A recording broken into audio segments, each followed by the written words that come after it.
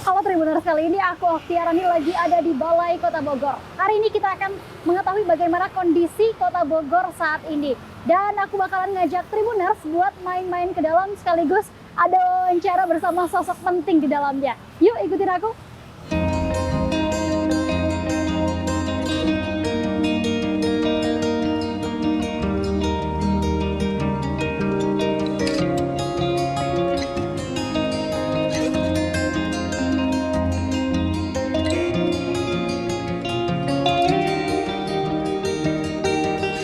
Tribuners, kali ini aku sudah bersama dengan sosok penting yang punya kepemimpinan yang humanis nih bagi warga Kota Bogor. Langsung saja ada Bapak Wakil Wali Kota Bogor, Pak Jenal Mutakin. Assalamualaikum. Halo Bapak. Siap, Sampurasun. Sampurasun rampe. Pak Jenal, ya. sehat Alhamdulillah. Pak Jenal sendiri sehat ya? Alhamdulillah Bang Estu, udah mang. Pak Jenal, ini Bapak kan sudah dikenal selama 15 tahun sebagai DPRD. Betul. Terus rasanya duduk sebagai Wakil Wali Kota Bogor ini perasaannya gimana sih Pak? Perasaannya tentu banyak ya, banyak yang membedakan antara kemarin waktu jadi wakil rakyat, hari ini menjadi wakil wali kota yang notabene-nya adalah eksekutif ya. Bahwa kalau dulu kita punya keluhan dari masyarakat, masuk ke anggota dewan keluhkan lagi ke pemerintah. Nah hari ini adalah pusatnya menjadi sebuah harapan besar dari masyarakat, baik yang melalui aspirasi teman-teman dewan ataupun langsung masuk ke media sosial, ke WhatsApp pribadi, itu harus dilakukan respon ya, jawaban. Nah respon itu tentu kita pilah. Ada yang bisa kita langsung eksekusi dengan tanpa perlu anggaran ya, ada juga yang memang butuh perencanaan dan proses. Jadi banyak adaptasi yang harus saya coba sesuaikan. Yang paling berubah itu waktu. Di 3 bulan terakhir mungkin hanya 2 kali saya bisa ngasuh bayi ya, bisa ngasuh anak di 3 bulan terakhir itu karena di hari Sabtu Minggu itu libur kantor tapi kegiatan di masyarakat, termasuk saksi nikah gitu kan, termasuk giat-giat acara masyarakat yang memang butuh kehadiran sosok wakil wali kota. Ketika Pak Wali nggak bisa, disposisi ke saya gitu kan. Nah, adaptasi itu sampai hari ini saya coba tekuni, istiqomah dan saya nikmati karena konsekuensinya dan itu langkah yang sudah saya ambil, maka ya insya Allah istiqomah lah ya, dinikmatin aja gitu. Jadi ya. makin padat ya Pak? Makin padat. Tapi ya Tribuners ya, siap. Ini Pak Kang JM ini nih aktif banget di media sosial. Aktif. Ini sebenarnya sudah lama kah atau baru-baru ini gencar sih Kang? Saya kan punya medsos itu dari dulu, dari pas Dewan periode pertama ya. Sampai di wakil ketua DPRD terakhir pun saya aktif di medsos. Cuman memang belum hanya sebatas Instagram gitu kan, Facebook, dua poin itu aja. Nah, pun ketika menjadi wakil wali kota, ekspektasi saya sebetulnya memang lebih kepada mensyiarkan. Saya digaji oleh rakyat, sehari-hari saya ngapain aja, itulah media saya untuk melaporkan kepada masyarakat, entah pemilih atau tidak. Berkembang menjadi sebuah konten yang merasa publik mendapat informasi tentang ngapain sih Bogor pemerintah, ya saya rasa itu side effect yang positif ya bagi saya. Konten yang memang mengedukasi, konten yang memang menjadikan solusi. Toh banyak kejadian-kejadian konten saya itu yang memang itu adalah keluhan-keluhan warga Bogor yang saya temukan pada saat ada di media sosial. Mungkin ketemu langsung warga susah, mungkin WA nggak punya nomornya, tapi dengan dia masuk ke medsos itu terbuka, di komentar bahkan, ya positif lah bagi saya. Cuman memang banyak yang bilang, ada yang bilang gitu ya, memang pencitraan. Bagi saya, alhamdulillah kalau ini pencitraan buat saya, ya tiru contoh kan gitu. Contohnya apa ya? Fastabiqul khairat, berlomba dalam kebaikan.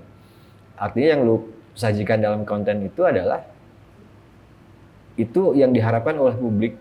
Kamu ngapain sebagai wakil wali kota? Gue pengen lihat dong, singkatnya gitu sebetulnya. Ya saya lakukan itu. Toh kami ke lapangan pun berdasarkan aspirasi yang masuk melalui nomor WhatsApp yang saya siapkan untuk warga. Selain komentar dan DM ya. Jadi saya rasa konten pribadi saya itu lebih kepada syiar saya dari dulu, dari Dewan waktu usia 23 tahun sebagai bentuk informasi, edukasi, dan laporan kepada warga yang udah milih saya, yang udah gaji saya, inilah kerja kami. Walaupun banyak hal yang tidak bisa saya kontenkan semua, kayak rapat-rapat penting ya, yang sifatnya perencanaan, strategik, pembuatan perda, itu pun sebuah pekerjaan. Tapi warga seleranya nggak mau yang berat-berat, ya kita kasih yang ringan-ringan aja. Ketika kemarin contoh penertiban angkot, sebelum penertiban itu kita ada rapat juga, kita ada persiapan SOP-nya gimana. Tapi kembali kepada selera masyarakat agar informasinya lebih mudah dicerna, maka kita kemas dalam video durasi 1 menit, 2 menit. Tapi seru sih videonya, gitu kan. banget sih. Ya walaupun ya tadi video terakhir saya pimpin apa, saya pengennya di ruangan kayak gini nih kan, gak usah turun. Sempat saya curhat di YouTube tuh ya, pengen mutihin badan. Tapi Kang yang menariknya adalah di Instagramnya, di medsosnya ya Kang. Ini Akang ini kelihatan sering pakai kacamata. Itu itu koleksi apa ya? gimana sih? Biar bisa ngelirik. Salah. Gak ketahuan gitu.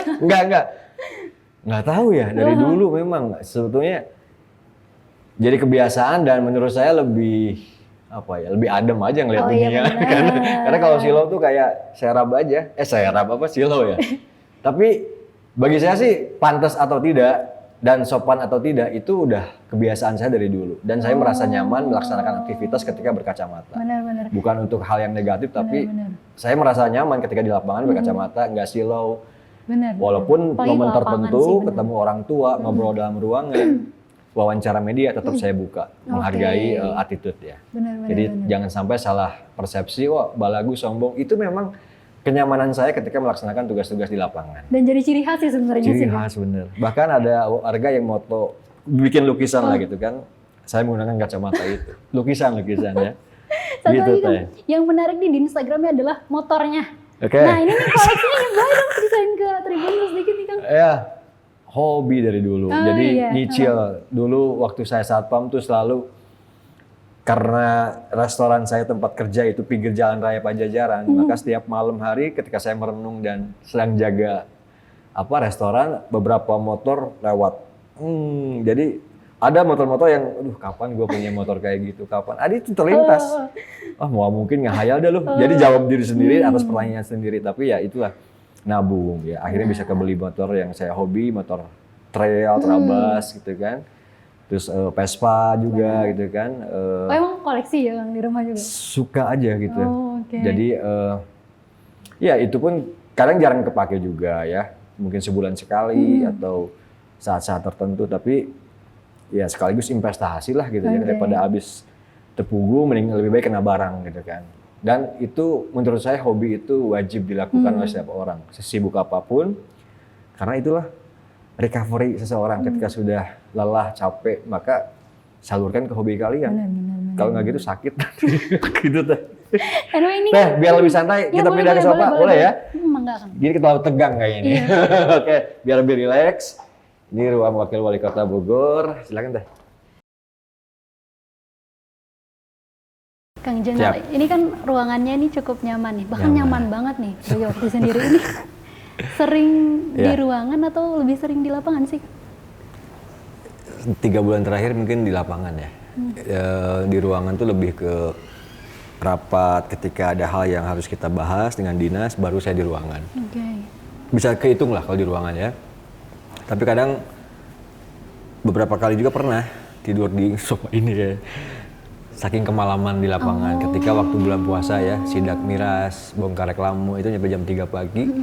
Mau nggak mau saya tidur di kantor karena besoknya pagi lagi. Jadi ruangannya nyaman lah.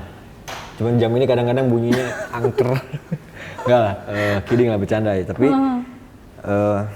bagi saya mah ruangan ya nyaman-nyaman aja sih, nyaman aja. Selama cukup untuk kurang rapat, cukup untuk terima warga yang mau pengen ketemu, di sinilah tempatnya dan representatif lah juga. Jadi selama 3 bulan ini lebih sering di lapangan ya Kang? Di lapangan.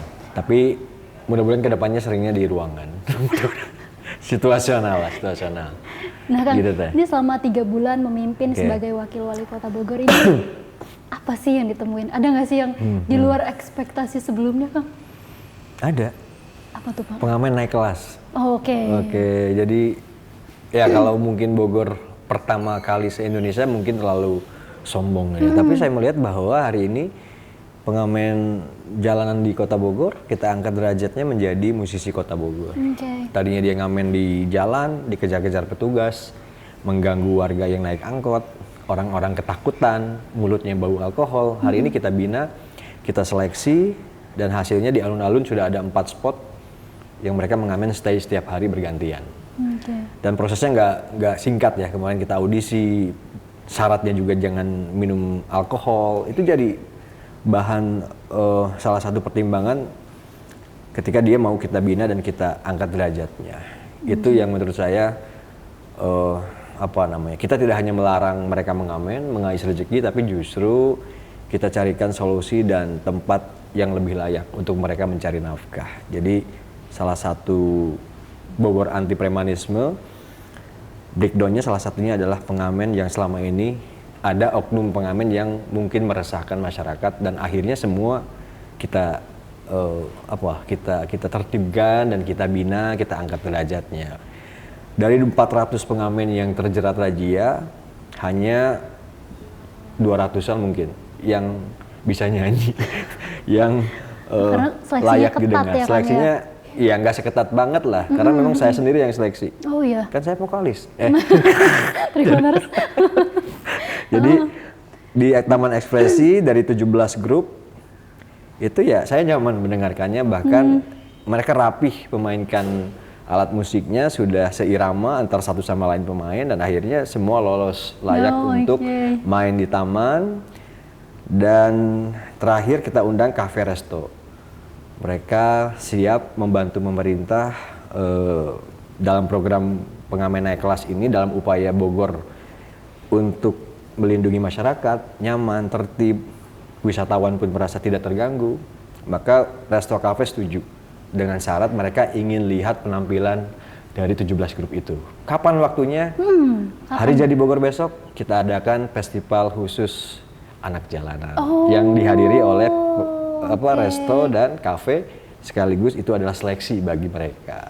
Itulah yang menurut saya tanpa harus pakai anggaran ya, tanpa harus pakai perencanaan matang, mau atau tidak kan gitu. Dan semua atas instruksi Pak Wali Kota Bogor. Jadi Tribuners yang nunggu ini, ya. Kapan sih sebenarnya pengamen naik kelas ini sudah ditempatkan itu? Udah seminggu udah. Sudah seminggu ya, udah seminggu. Cuman belum semua taman. Kan kita buat dulu listriknya, kemudian tendanya, dan tadi pagi kita dapat bantuan tenda dari salah satu perusahaan lah ya, 10 unit yang itu bisa kepakai untuk pengamen-pengamen di taman-taman yang lain. Sekarang baru alun-alun, baru Taman Ekspresi, kedepannya Taman Helang, taman-taman Peranginan, dan beberapa taman yang okupansi pengunjungnya memang cukup signifikan gitu teh. Tapi seru ya, karena Kang Jenal ini sebagai vokalis gitu emang suka musik gitu ya. Suka aja. Jadi kalau pas seleksi seneng dengerinnya ya. Dan tahu mana yang falas, suara kakaler, musik kakidul ya, Sunda ya. Udah juri sendiri ya. Sendiri, kayak gitu lah. Dengan adanya pengamen ini kan jadi Bogor ini makin tertib lah. Ya, minimal makin itulah. mendatangkan wisatawan. Wisatawan nyaman, nggak terganggu. Kan yang parahnya kasuistisnya adalah pas video viral wisatawan Jepang itu kan. Iya. Dengan bahasa dia lah, saya dipaksa minta uang gitu kan. Kalau bahasa orang Sunda gitu kan. Tapi ya itulah, nyebar kemana-mana. Kita kan malu ya. Termasuk warga Bogor pun terganggu di angkot ketika meminta uangnya seolah-olah maksa dan mulutnya bau alkohol. Ya itu kita tertibkan lah. Tapi kita tempatkan di tempat yang layak, di taman, di restoran, di kafe, dengan syarat tadi penampilannya berubah. Nggak minum alkohol, itu aja, simple aja kan gitu. Tapi dampaknya positif, nilai ekonomi mereka tumbuh, daya beli mereka dan mereka punya keluarga pun bisa tercukupi. Maka sekali saya main ke alun-alun, saya pun nyanyi, memeriahkan suasana di sana, memberikan semangat, dan saya bilang, boleh atau enggak. Saya bilang ke pengunjung, kalau ada rezeki makasih, apresiasi. Iya benar. Toh mereka nggak muter-muter minta uang, stay di titik tertentu. Benar. Gitu teh. Nah, Kang ini ngomongin soal wisata nih. Bogor ini kan dikenal dengan kota wisata. Nah, menurut Kang Jenal sendiri nih masih relevan nggak sih sampai sekarang? wisata yang kita atur dalam perda itu banyak ya destinasi itu. Salah satunya wisata religi di Empang, kemudian wisata pendidikan, riset, wisata taman juga jadi wisata teh. Saya ke alun-alun mungkin hampir setiap kami cek pengunjung di sana itu banyaknya luar kota Bogor. Dengan akses mereka dari Bekasi, Jakarta, Depok ya, turun di stasiun langsung nyampe taman. Nah, kan bangkitan jumlah pengunjung itu berarti tandanya Bogor ini menarik untuk didatengin gitu kan. Tidak hanya berbicara pengunjung kelas menengah ke atas, tapi middle sampai bawah itu mereka pun sama saja adalah mengunjungi Kota Bogor sebagai wisatawan. Nah, pertanyaannya adalah sejauh mana pemerintah memfasilitasi tempat wisata dari mulai aksesibilitas, sarana parkir, tempat jajanan kuliner, sejauh mana? Nah, itu 3 bulan ini belum bisa maksimal kita lakukan karena apa? Intervensi anggaran belum ada dalam kewenangan Pak Wali dan saya karena kami dilantik APBD sudah diketuk dan sudah berjalan. Nah, adapun kesempatan kami untuk mengintervensi anggaran insya Allah di perubahan tahun 2025 seperti itu. Jadi wisatawan di Bogor saya rasa masih relevan. Sabtu Minggu orang cari makan, sekedar cari makan datang ke Bogor masih menarik untuk menjadi tempat tujuan wisata. Buktinya apa? Libur pasti macet. Gitu aja teh. Kang Jenal, ini dari data yang kami terima adalah jumlah wisatawan di Kota Bogor sendiri ini menurun. Terus juga hotel-hotel juga pada okupansinya pada anjlok semua. Terus juga pengusaha banyak yang mengeluh. Betul. Ini sejalan nggak dengan pandangan Kang Jenal sendiri? Saya pengen bilang sejalan, tapi saya punya data ketika beberapa kali saya cek Traveloka. Saya tuh punya kebiasaan setiap 1 minggu, setiap hari kerja saya cek Traveloka, hotel-hotel ya. Memang dampak efisiensi ya. Hari kerja ini hotel kita ini biasanya diisi oleh rapat-rapat kelembagaan pemerintahan. Ya, karena ada dampak efisiensi per satu bahwa perjalanan dinas, rapat-rapat dalam hotel di Pangkas, memang dampaknya akan terlihat sangat jelas gitu kan. Nah, lagi-lagi bahwa kan seharusnya memang ada upaya-upaya ya. Ketika memang dari sisi okupansi hotel itu biasa dipenuhi oleh pejabat-pejabat publik, pejabat pemerintahan di hari-hari weekday ya, hari kerja gitu kan, maka di Sabtu Minggu saya rasa bisa menjadi pengganti. Nah, beberapa kali di sebulan terakhir saya cek Sabtu Minggu itu kita full. Bahkan kita mau acara kemarin pansel salah satu badan pengawas BUMD kita. Saya cek 4 hari, H-4 hari sebelum pelaksanaan, semua penuh. Sampai akhirnya kita lobby ke manajer, tolong sisakanlah waktu beberapa jam untuk ruangan kami meeting dan para peserta untuk ikut menginap lah gitu kan. Jadi beberapa hotel masih berjalan normal ya, tapi juga ada yang tutup, terutama di hari-hari kerja ya, bukan tutup, berkurang okupansinya. Nah, bagaimana pemerintah untuk bisa menarik perhatian wisatawan agar tidak hanya pejabat publik, tidak hanya rapat-rapat pemerintahan. Maka tadi upaya salah satunya adalah yang selama ini menjadi stigma bahwa Bogor banyak pengamennya, Bogor banyak premanismenya, banyak manusia silver nggak ditertibkan. Ya salah satunya adalah tadi membuat kenyamanan ketertiban wisatawan agar nyaman berkunjung ke Bogor, mereka cari kuliner sampai akhirnya bisa menginap. Tadi fasilitas juga harus kita siapkan, kenyamanan mereka harus kita jamin gitu kan, dan hotel harus berani melakukan sebuah terobosan. Di hari jadi Bogor, beberapa hotel dan resto memberikan diskon khusus. Ini pun kan salah satu langkah dan upaya. Mulai dari tanggalnya saya lupa ya, mulai dari awal Juni kalau tidak salah akan ada diskon besar-besaran lah dari berbagai hotel yang mau bekerja sama dengan program Hari Jadi Bogor. Jenal, ini dipotong sedikit. Kalau tadi kan sudah disebutkan bahwa upayanya adalah para pengamen nih untuk ketertiban masyarakat. Salah satunya. Nah, untuk program-program yang lain yang sudah terlihat atau sudah berjalan apa saja sih, Kang? Dari sisi penyelamatan ekonomi tadi, Kang. Daya beli masyarakat tentu tergantung dari beberapa faktor ya. Salah satunya adalah pengangguran. Pemerintah Kota Bogor di APBD 2025 di pergeseran 2025, mohon maaf, ada beberapa kegiatan yang berbasis perekrutan tenaga kerja. Salah satunya adalah padat karya. Kita hampir 1.300 warga Bogor yang kita pekerjakan. Memang waktunya nggak lama dan itu sifatnya hanya sementara itu ad hoc ya. Cuman waktunya cuma 10 hari dan itu setiap kelurahan kita rekrut.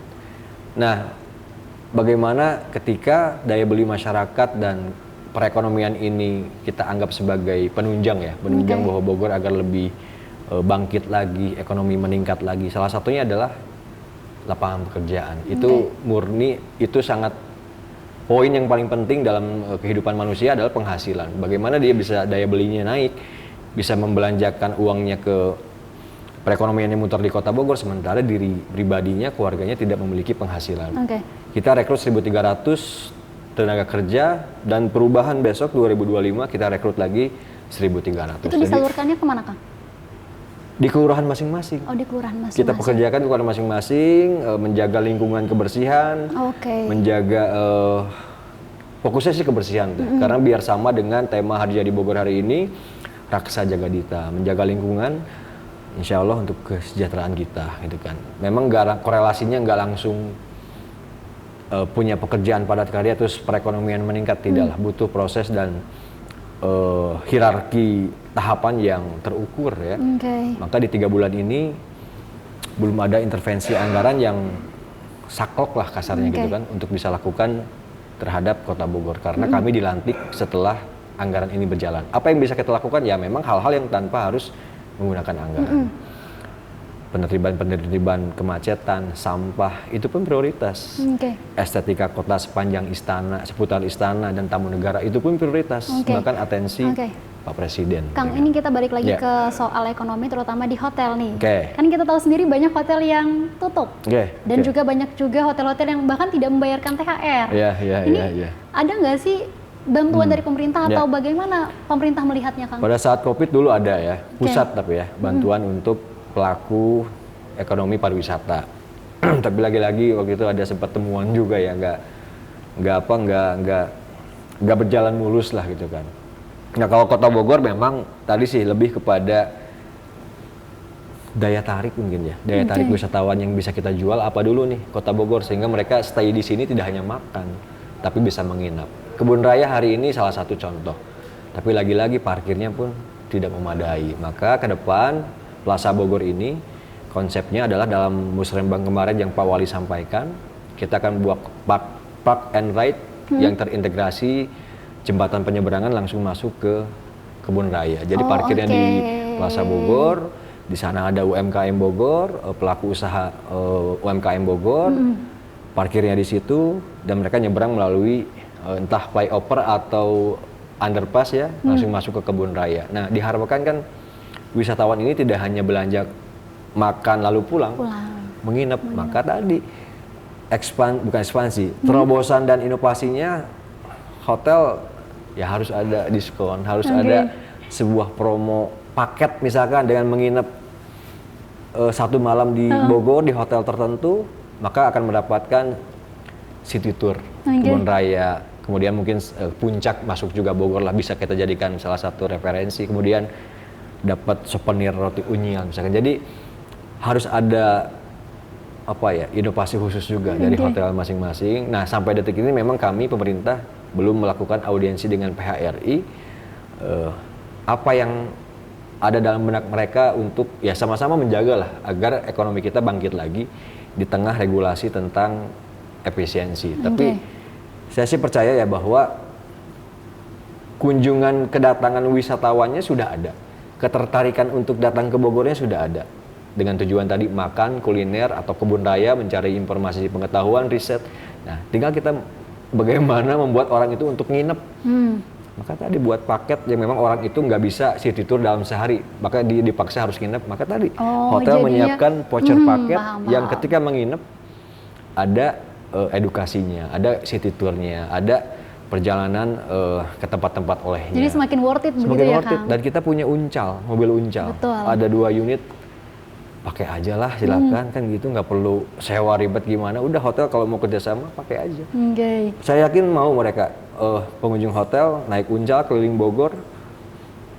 Ya, itu salah satu ya. Ini kan programnya sudah dirancang nih, sudah disebutkan nih tadi. Lalu kapan nih bakalan aksinya, kapan sosialisasinya, kapan nih Kang?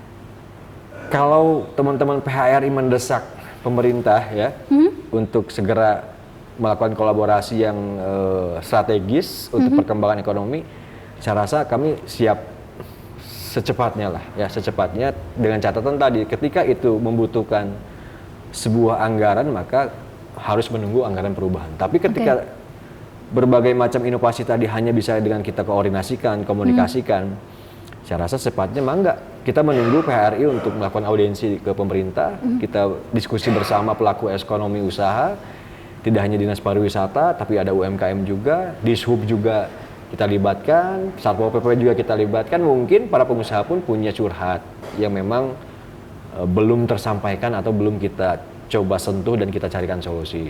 Saya mewakili pemerintah siap untuk berdiskusi karena berpikir tentang ekonomi, pelaku usaha ekonomi lah yang akan lebih matang ya tentang program dan progres apa yang bisa dilakukan sebagai treatment untuk bangkit lagi. Kalau saya kan dari sisi regulasi, pemerintahan, kebijakan.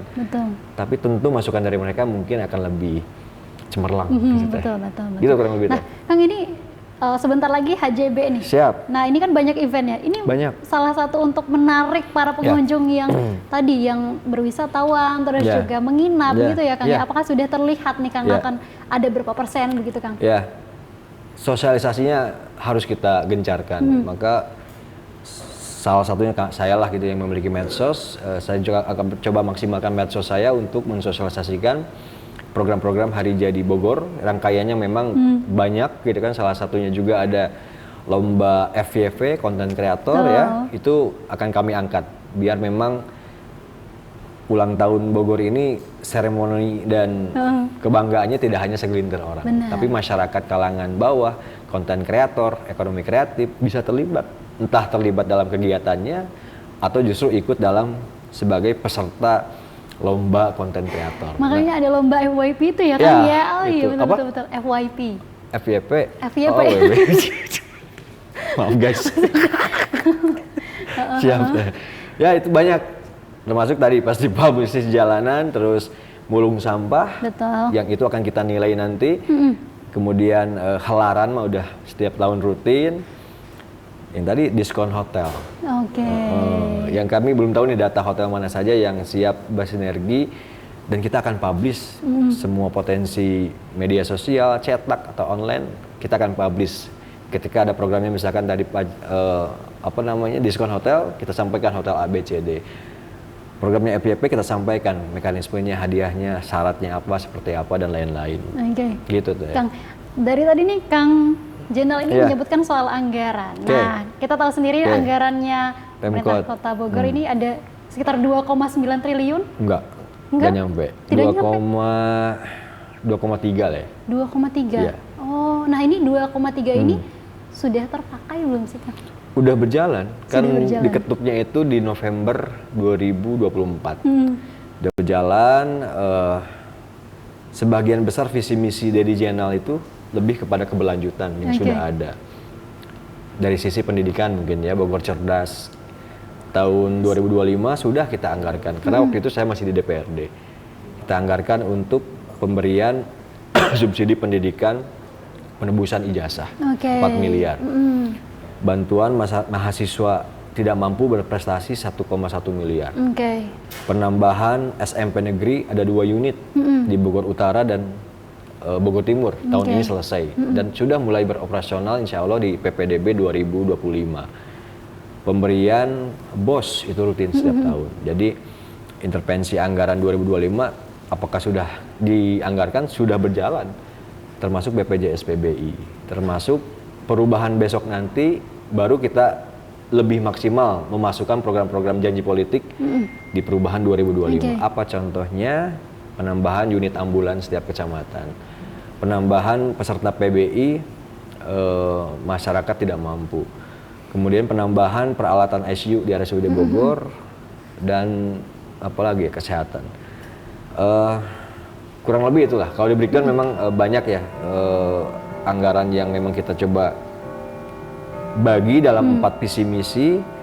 Salah satunya adalah Bogor cerdas, Bogor sehat sejahtera, dan Bogor lancar. Nah, Bogor lancar yang paling besar karena infrastruktur.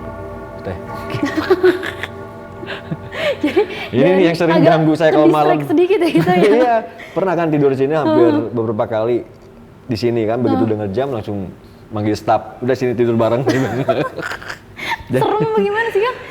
Ya. Tapi emang agak ngeri juga sih kalau malam-malam identik kan tengah suara malam. deng-deng gini tuh kayak apa ya, film horor. Bener. Padahal Ya. bicaranya lagi serius nih, tiba-tiba kita ke distract dengan jam ini. Nah, tadi Kang, dana soal 2,3 triliun, berarti ini sudah dirasakan langsung oleh masyarakat ya Kang? Jadi perlu diketahui ya, APBD itu anggaran pendapatan belanja daerah. Nah, semua tuh masih dalam perencanaan. Jadi gini, bukan uangnya ada, sudah ada 2,3 triliun, terus kita belanja. Tidak. 2,3 triliun itu akumulasi antara pendapatan dan belanja. Nah, kalau Teh Okti bertanyanya berapa pendapatannya, berapa belanjanya, baru saya bisa jawab biar lebih jelas gitu kan. Nah, pendapatan kita hari ini 1,1 triliun. Ya.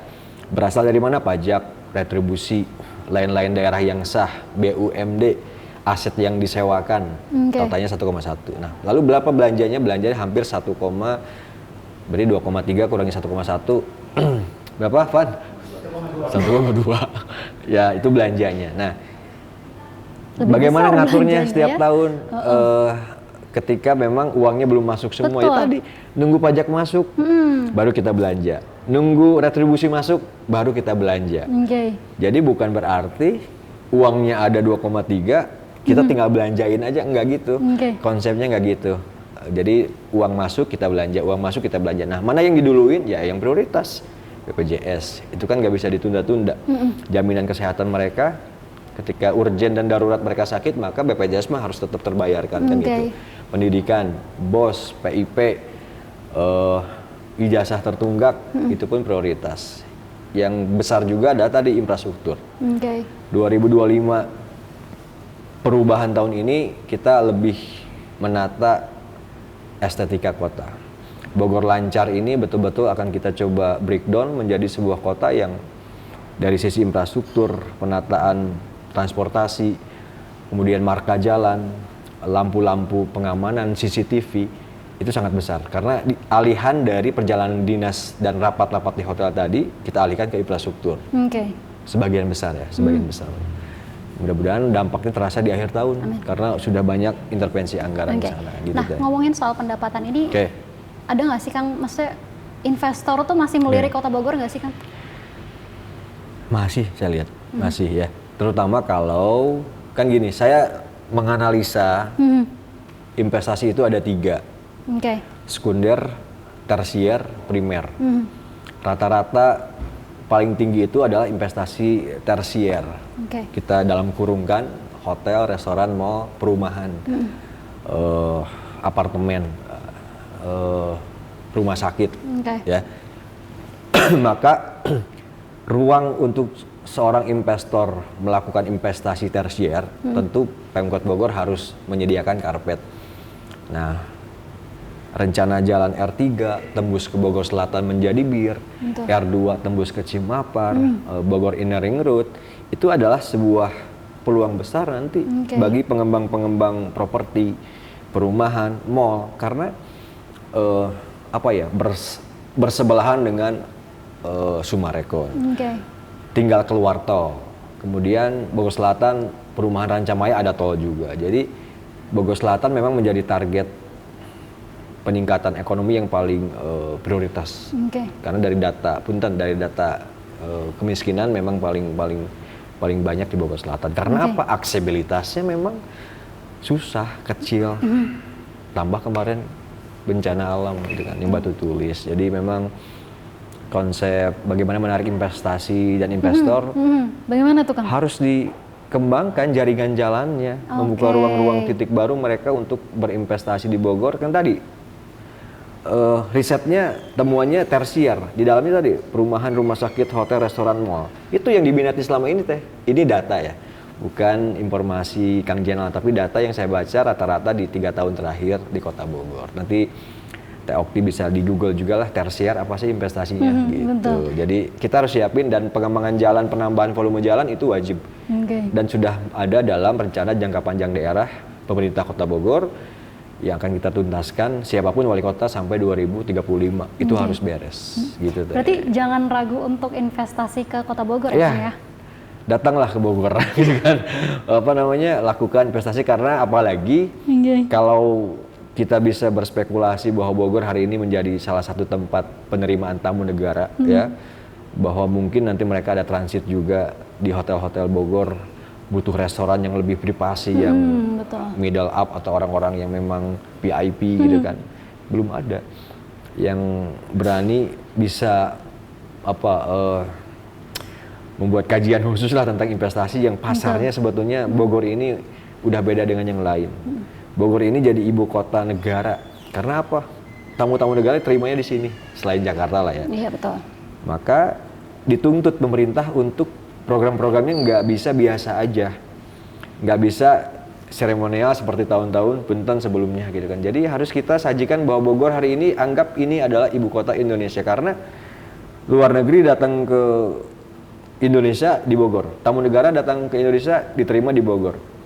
Ketika Bogor terlihat rapi, maka dia menyimpulkan, oh ini Indonesia. Betul. Maka ketika Bogor semeraut, sampah, macet, banyak pengamen, banyak anjal yang tidak kita atur, maka orang lain akan menganggap, oh ini Indonesia gitu kan. Maka secara makro Bogor harus dari sisi berbagai penataan harus berani melangkah lebih jauh, lebih modern, lebih tertata, dan SDM masyarakatnya pun harus kita latih. Salah satunya tadi pengangkatan derajat pengamen itu ikhtiar dari yang paling kecil teh. Sebelum nanti beranjak kepada pelatihan-pelatihan yang ada di BLK, Balai Latihan Kerja kita hari ini memang belum maksimal. Kita akan latih orang-orang untuk bisa bahasa Jepang, karena ada pihak yang memang malah meminta tenaga kerja Bogor untuk dikirim ke Jepang. Dianggap warga Bogor sama somea dengan orang Jepang. Sampai ada bahasa seperti itu. Kemarin saya ngobrol dengan Pak Wali. Nah, gimana caranya, kita siap nggak?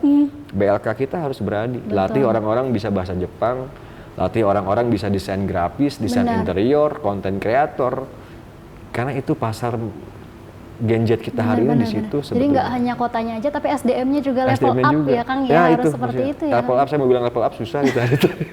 Seru ya ngobrol sama Kang Jem. Gitu, tapi anyway ya, Kang, ini kan masa jabatannya ini masih panjang, tapi popularitasnya udah sangat-sangat hype banget nih. Sebenarnya bakalan melangkah kemana sih Kang? Ada Gubernur rencana Tionghoa. Nah, kita aminin bareng. Beneran Gini kan, serius? Saya jawab nih, mudah-mudahan kebaca semua orang ya. Jadi demi Allah saya nggak ada ambisi dari mulai saya dulu satpam. Benar. Maju kepilih dewan, terus suruh nyalon lagi oleh warga, maju lagi.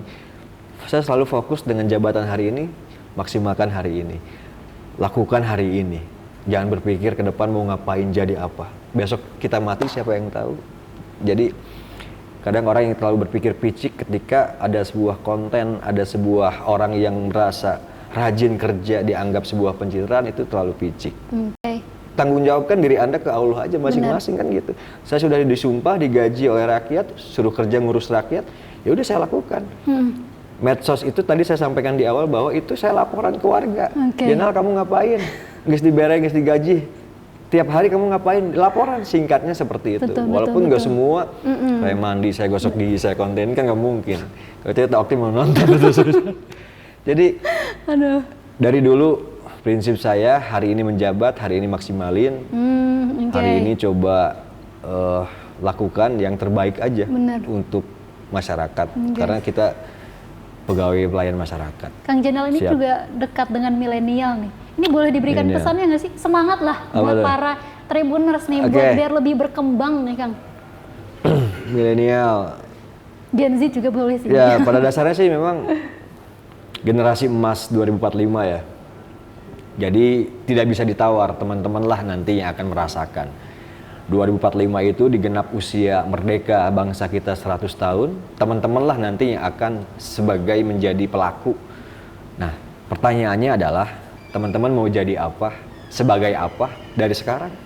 Ya, kalaupun memang pendidikan menjadi kendala atas biaya, semua teman-teman punya pemerintah, sampaikan keluhannya. Gak punya biaya pendidikan, kita ada program. Ijazahnya masih ditahan, kita tebusin. Butuh kuliah dan butuh anggaran, asal teman-teman berprestasi dan tidak mampu, ada beasiswanya 1,1 miliar. Jadi harapan saya sebagai orang yang udah tua, jadi teman-teman lah nanti sebagai penerus bangsa ini. Yang jadi wali kota, wakil wali kota, gubernur, presiden mungkin. Maka pertanyaannya, hari ini kita sudah mempersiapkan atau belum? Nggak bisa ditawar teman-teman lah, milenial lah nanti sebagai penerus bangsa Indonesia. Dan yang terakhir, siapapun bisa. Saya dulu satpam, hari ini menjadi wakil wali kota, itu prosesnya panjang. Dan doa ibunya cukup deras. Dan saya bersyukur sampai hari ini. Benar, itu ada doa ibunya. Doa ibu. Kang, terakhir nih Kang, Siap. ini kan Bogor mau hari jadi nih, ulang tahun lah, ke-543. Boleh dong Kang diberikan harapannya Kang buat Bogor Harapan, ini Kang? oke.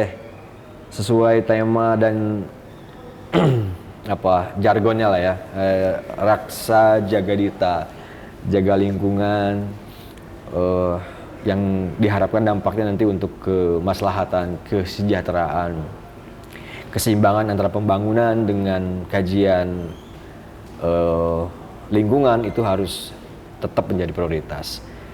Harapan saya adalah Kota Bogor ini sebetulnya menarik ya, menarik dengan 6 kecamatan yang sangat berhimpitan dengan DKI yang notabene hari ini masih ibu kota sebelum pindah nanti ke IKN gitu kan. Tapi Bogor hari ini menarik, punya istana, punya kebun raya, punya berbagai lembaga riset di Bogor, kurang lebih dari 10 ya.